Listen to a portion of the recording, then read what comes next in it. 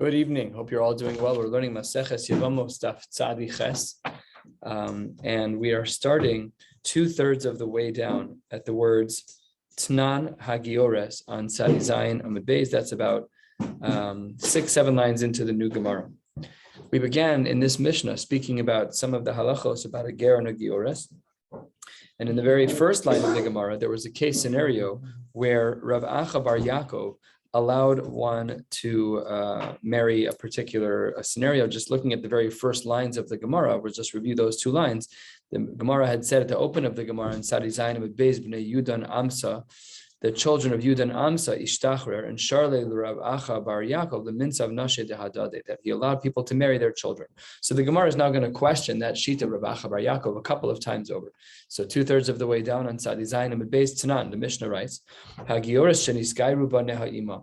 Let's say there's a woman who's not Jewish and had a couple of kids, and once all of the kids are born, they decide, okay, time to convert to Judaism. So the halacha is that the rules of chalitza don't apply to these people. Lo cholzen v'lo miyavmin. My time. Why is that? Lav mishum de asire. Doesn't it mean that the reason that they're usher is that there's no halachos of yibum, and therefore the sisters-in-law will be usher to one another, and therefore against Rav Acha bar Yaakov, the Gemara says, lo, that's not correct. Really, what this Mishnah is saying is the chalitza v'yibum, is that there's no applicability at all of the rules of chalitza and yibum in this case, but really b'sharia la'alma. But it's also permissible for them to marry one another. V'inhu nami shar, everyone can marry one another because they're gerim and they don't have any. They don't really have any yichus going back to their family. We'll see that that's somewhat questioned a little bit later in the daf. So 15 lines or so from the bottom, the Gemara says that's all well and good except for the Mishnah that we just learned, the Aktani Afilu. But our Mishnah says, as we move from the first case of our Mishnah here in the middle of the page to the second, it says Afilu. Take a look at our Mishnah. Our Mishnah says which we learned seemingly, according to Rav Acha, was mutter under certain circumstances for them to marry. And then it says Afilu horaso shel rishon shelo b'kedusha v'ledos b'kedusha, even if they were conceived when she was still a goya, but she converted with the baby in utero. So says the Gemara, and the Gemara paints the whole question. If you want to say that Rav Acha bar Yaakov is wrong, and really the halacha is that it should be aser, that's why it scales up and says, and not only is it aser in the Reisha, but afilu in the Seifa. Even if a woman conceived when she was a goya and then converted, and the next child, but really the next child was born and conceived while she was a yid. Yet we still consider them to be like two different mothers. That would have made perfect sense, but that's not what we hold. Eliyam shari, like Rav Acha bar Yaakov says, and you say the Reisha is shari, and then afilu, it'll be aser. That doesn't make any sense. My afilu, and says the Gemara as follows to answer this question. Even if both kids were conceived and born bikdusha, their mother was Jewish the whole time, and there was a risk of people thinking that these are regular Yidden, even though they're fully Jewish now, but they converted. Even with that concern, we're still going to say that this relationship is permissible. But some reverse this argument that really the Reisha is talking about a case of leniency, and it still can say afilu. And how does the Gemara understand this in its reverse way? Because in the Seifa, there's also a leniency. So it's in the Reisha, the profile of this Mishnah would be that in the Reisha, there's a kula, and in the Seifa, there's even a bigger kula. And what's the afilu? Says the Gemara at 10 lines from the bottom, 8 lines from the bottom. It's a chiddush of heter, that even though both were born bikdusha, and it's possible to make a mistake between regular Jews and these gerim, kamash malan, that afilu hachi sharu, it's still going to be permissible. Eliyamr says sire, but if in fact we held like the opposite of Rav Acha bar Yaakov, that the Reisha of our Mishnah was aser, so my afilu, what then would be the chiddush? And the Gemara responds, I could still explain the Mishnah that way as well. That even in a case where the first child was not conceived as a Jew, the mother of the baby was not Jewish yet, but so she converted while pregnant, and the second child was both conceived and born bikdusha, that it's really like two mothers, that would be the chiddush. So the Mishnah has to either be mutter and mutter, or aser and aser, but otherwise the word afilu in the middle doesn't make sense. You can't say that this is usher and even here it's mutter. That makes no sense. And you can't say it's mutter here and even there it's usher. They have to both be in the same halachic category. So Rav Bar Yaakov escapes the question that is presented here. We're 5 lines from the bottom on Tzadi Zayin and Beis. Welcome. And we have another question against Rav Bar Yaakov. And the Gemara says as follows: Tashma, Shnei Achim Tu'umim. You have brothers who are twins, Gerim. There are no Jewish parents here at all. They're both converted after birth. And slaves that are free. The halacha is lo choltzin v'lo miyabnin. There's no chalitza shayach by these people at all. And as well, remember the fundamental din that yibum can't apply in the case of a ger because it has to always follow the paternal lineage. And because there's no parents here, because they're gerim, it's as if they're whatever their biological connection is to their parents. We agree scientifically that's true, but halachically, severed, it doesn't really play out. So the brisa continues 4 lines from the bottom. And therefore, if one of these gerim decided to marry the brother's wife, if the brother died, so let's say you have a ger, let's say you had a guy named Christian, and now his name is Chaim. Now he's a yid, he converted. And Christian had a brother, pick another guy's name, Peter, and Peter had a wife, and Peter died. So, and then the wife converted. So now Christian can marry his sister-in-law. That's what the Gemara is saying. There's no Isser of Eishasach here. And the Gemara then qualifies. However, the previous case where we say that there's no chalitza and that there's no Isser of Eishasach is only true, or neither of the parents were Jewish. However, if these twins had been born, they were conceived shelo b'kedusha, that the mother was a goya when she first got pregnant, but when she gave birth, she was actually a yid. So then it's still true that lo choltzin v'lo miyabin. That's true, but aval chayavim mishum eishasach. Here we do see that there's some type of halachic connection between the children and their mother. That when there is a maternal link between the brothers, then there's an isser of eishasach, even if a gerus took place. Shtickle chiddush. But that's what the Gemara says. And then continuing, the last 2 lines, Hayasaho Rasan Vile Dasan Biktusha. So this is the 3rd level. The first level was no Jewish parents. The second level was 1 Jewish parent at birth. And the 3rd level is both Jewish parents. So, well, not both Jewish parents, but that the conception and the Leda were both Biktusha, that she was a Jew. Then Harein Kisrael Mechol Divran. This is every day in the bris world, where the mother is a yid and the husband is a goy d'oraisa. That's every bris. The baby is a ki Yisrael, the chol divrehen. Now, what do we extrapolate and extract from this brisa? Last line, Tanimias, ein chayavim mishum eishes ach. What we see from here is that when the mother was not Jewish at all by birth, and the boys converted on their own, that there's no isser of eishes ach. But what's implied from here of ein chayavin, what does it imply? That chiyuvan leka, it's true that there is no actual chiyuv, there's no malkos, nothing. Look at Rashi in the bottom of the page. So we don't even have anything here at all. But chiyuv leka ha'isurik, it implies that there's still an iser derabanan. And as Rashi highlights on the top of the page, this is a kasha in Rav Acha who seems to say that it's mutter to marry eshesach, because that was the case that he presented earlier. Says the Gemara, hu hadin da'afilu isur nami leka. You can't infer from the words ein chayavin that there is ein chiyuv but yesh iser derabanan. Why not? Because we are very well aware of the principle that we like mishnayos to have symmetry, makes them easier to remember. On the second line, you're right. The word ein chayavin was used, but it was a non-specific terminology in our case, because all we were trying to do was match it to sound similar to the reisha. Omar Rava, 3rd line. When we say that there's a mitzri that his father is really not his father, we're talking about a case of gerus. Lo tema mishum deshtufe bezima v'lo yadia. It's not even a case of gerus. Hold on. Rashi says, "Hada amar rabbanan ein avla mitzri ve'afilu hecha deleika lemeimar kikatan shenola dami." Yeah, it is talking about gerus. So the Gemara says that in such a case, it's not because there's shtufe bezima v'lo yadia. It's not because we don't know who the father is, because it's a makom zima and people are cohabiting with everyone. That's not the problem. Aval yadia, but had it been that we knew who the father was chashin, and we would say that a child has yichus to his father. No, ela afilu di yadia namich lo chashin. Even had we known 100% that the father of this baby was the father of this baby. So the classical example of this is that the mother and father are trapped in a jail cell for a year. Nobody enters except for the two of them. So Dvarim Shutim, if she has a baby, he's the father. It doesn't matter. We still don't care. Lo chai shinan.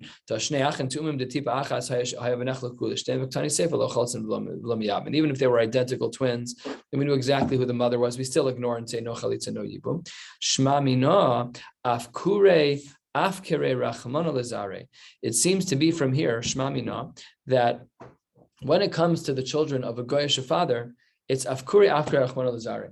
There's no halachic tether to the father at all. And where do we know this from? Dichsiv, bisar chamorim bisaram. The flesh of donkey is the flesh of donkeys is their flesh. Zir masusim zir masam, and their tash mishamita is like the tash mishamita of susim. Sounds exceedingly disparaging, but don't forget that everyone is considered to be b'tzelem elokim. This isn't a description of their quality; it's a halachic description of their tash mishamita, which is that it has no bearing. Next brisa, a quarter of the way down, Tashma. The Amar of Yosi Maisa Niftiim Hager. There was a man named Niftiim. He was a convert. Shenosa Eshes Achiv. He married his brother's wife Me'imo, and it was a brother. He and his brother shared a mother. So he married his sister-in-law. They brought the case to the Chachamim, and they said the marriage is not a marriage. Ein ishus lager. The Gemara questions that. He's a ger. Why doesn't a ger have kedushin? That doesn't make any sense. What did you mean ein ishus lager? The Gemara qualifies. It doesn't mean ein ishus lager that there's no kedushin. That it's mutter to marry one's sister-in-law under those circumstances. If you become a ger and then your brother's wife becomes a yid that she converts also, you can marry her. That's totally mutter, says the Gemara. My love, the nasba ach kshehu ger. Maybe we should say that it seems to be that he married her once she was a ger, and therefore we have a raya to this shita that we were discussing yesterday. Says the Gemara, lo, maybe not. The nasba kshehu oved kochavim. Maybe they got married before they converted. So says the Gemara, well, who cares what happened before they got married? We're already severing the ties between a father and a child. You're worried about this non-Jews getting married. Like, what does that have to do with anything? Who cares? Says the Gemara. Maybe we should say that had they gotten married as gerim, as non-Jews, we should make a gzeira for them getting married as gerim, because that would look not appropriate. Kamashmalan, that we're not concerned about that. And even if they got married before, even if a brother married his sister-in-law as goyim, we don't have a rabbinic injunction against them that now that they're Jewish that they should not get married. Kamashmalan, that they are allowed to get married. Tashma, almost halfway down, the Amar of Yasin, when I went down to the cities that are near the water, and I found this case that we've been discussing. A man married his sister-in-law that was common to the mother. So let's say Reuven and Shimon. Reuven and Shimon are brothers to a mother, but they have different fathers. And Reuven married Shimon's wife after Shimon died. Not al tzibum, stam. Amarti lo, bini mihir shecha, who gave you permission to do this? Who gave you permission to marry this woman? She should really be usher to you. Omar li hare isha v'shiva baneha. There was a story of a woman and 7 sons, all of whom converted, and they married each other's spouses, and it was deemed mutter. And al saf salzeh yoshev Rabbi Akiva v'amar shnei dvarman. This very bench, the great Rabbi Akiva sat and taught us 2 halachos, one shaykh to our discussion and one not shaykh. The halacha that is shaykh is ger no say eshes achiv me'imo, black on white, that a ger is allowed to marry his sister-in-law, provided that he was a ger and that the brother died and that she also converted, whatever the perfect storm is, that one would be allowed to marry their sister-in-law. Any of the relationships that existed prior to him being a yid are seemingly irrelevant. What was the second thing Rabbi Akiva said? V'amar, Vahi dvar Hashem el Yonah sheni sleimor, that Hashem spoke to Yonah in the famed story of Yonah and the whale and in the Navi. So the Gemara says he spoke to him twice. What's the diuk from here? Sheni divrei moshchina, shlishis lo divrei moshchina. So these are the 2 things that Rabbi Akiva said while sitting on this bench. Let's speak about both of them. Ktani mihas ger nosei eshes achiv me'imo. So says the Gemara, my lav de nasba echav kshu ger. Same question as we saw in the previous brisa. Don't we see from over here that one is allowed to marry as a ger, one's allowed to marry his sister-in-law? Says the Gemara, lo. Maybe the nasba kshu obed kochavim. Maybe the case is that he married her when she was still a goy. And the Gemara asks and answers the same way it did before. Maila Memra, who cares about what happened when they're non-Jews? And the Gemara says, no, we might have thought there was a rabbinic injunction. Ma'u detema. Lo, the nasbak shovid kochavim. So says the Gemara, Maila Memra, Ma'u detema nigzork shovid kochavim atuk shehu ger kamash malan. We might have thought that if a couple would have married before marriage, a brother-in-law to a sister-in-law, they married before they became gerim, that would be a problem for when they actually do become gerim. Kamash malan, we're not concerned about that. Says the Gemara, Mimehemen, this person is going to be trusted to give the psak. How can that be? But Amar Rabbi Abba, Amar Rav Huna, Amar Rab. Kol Talmid Chacham Shmur Halacha Uva. Anyone who teaches a halacha that comes up already. Im kodem ma'isa amra shomim lo. If he brings up the psak before the case scenario happens, b'im la. But if he brings it up after the case scenario happens, ein shomim lo. He's not as trustworthy. This is actually quite a sophisticated, and we've learned it once before, but it's not such a simple halacha. What does it mean?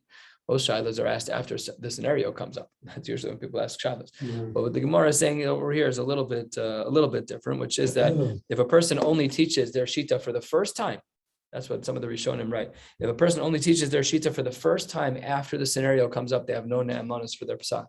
So there's a machlokes, a discussion here in the Rishonim as to what actually is going on. Either way, the Gemara says it's not a problem because he paskin that way in general. It wasn't the first time he taught the psak. Or because there was also a maisa that comes along with the psak.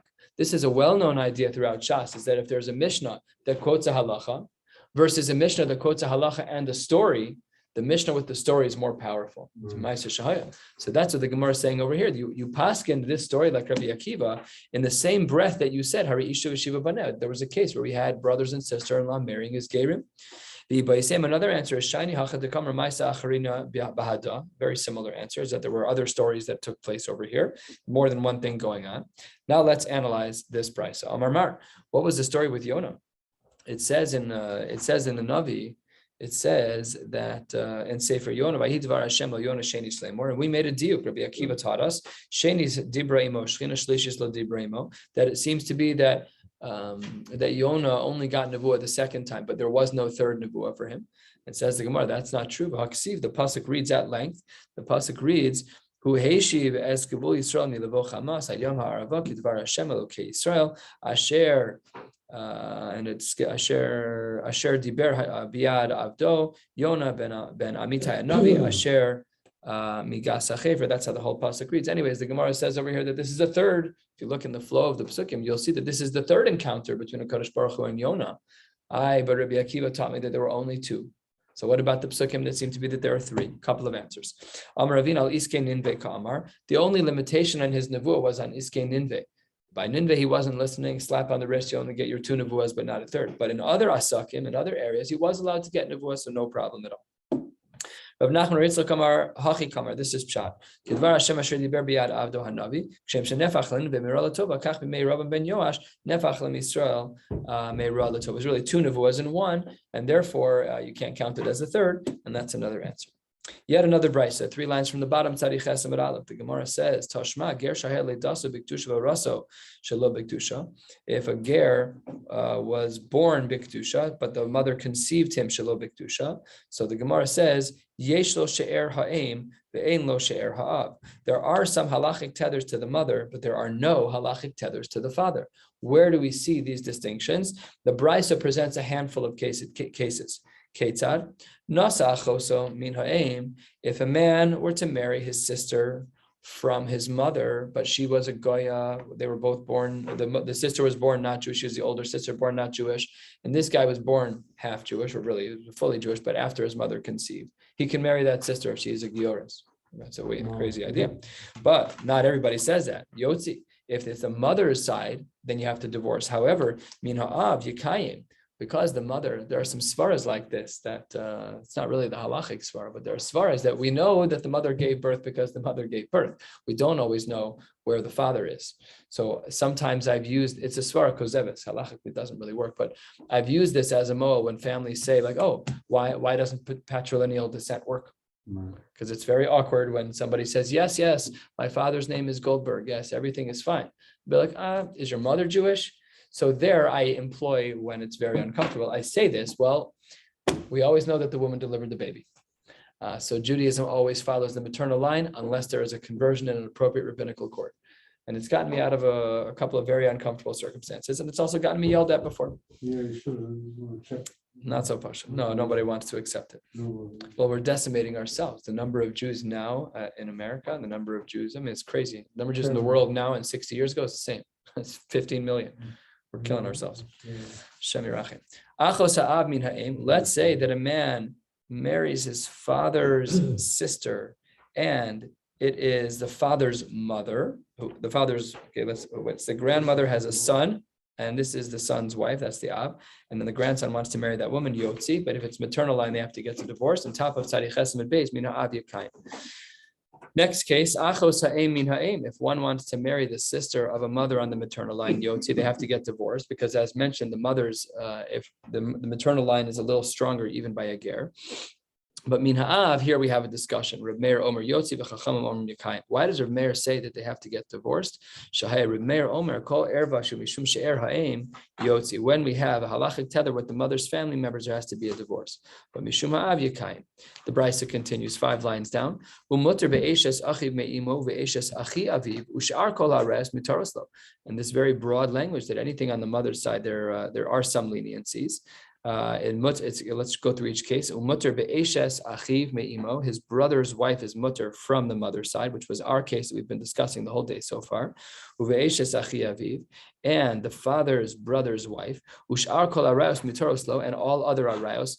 The Gemara interjects, these next 3 words are actually not part of the Brisa. The Asuye is an Aramaic word. It doesn't belong in the Brisa. So the Gemara really is adding in a parenthetical comment. Why did you say Kol ha'arayos, la Asuye eshes ha'av, even to include a father's wife?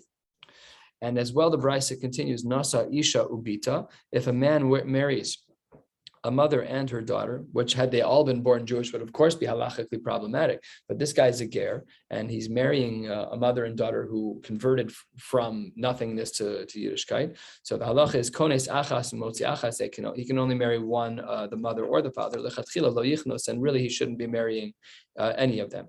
Next case, all in the Brisa still, Mesa Ishto Mutter Bechamoso, that if a man's wife dies, then he's mutter to marry his mother-in-law. Again, all these are gerus cases, so don't extrapolate to anyone who's been born fully Jewish, talking about someone who's also fully Jewish. Of course, those are psukim and chumash. We're talking about ger. Vika Detani Aser Bechamoso, some say that it's still aser to marry the mother-in-law, even after a conversion. But the line that we needed to pick up on in this brisa, connecting back to our halachic discussion thus far, is katani mias, quarter of the way down, mutter be'eshes achi. We see black on white in this brisa that a man is allowed to marry his brother's wife.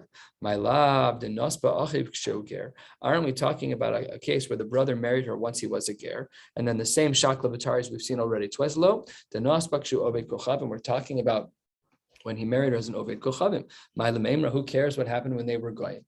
If they're goyim, they're goyim. We're not machshav the marriage of a goy. We're not even machshav the marriage of a yid to a goy. Certainly not if they're both goyim. So says the Gemara, no, the same concern as before. Maybe we would have said that had you married when you were both goyim, we have a gzera that you can't be married when you're a yid kamashmalan. That's not correct. Amar Mar, let's analyze the brisa still more. We said nasa isho bita kones achas motzi achas lechatchila lo yichnos. That's what the brisa said, that a man who marries a mother who married a mother and a daughter beforehand, he has to only marry one once he's a yid, and he has to divorce the other.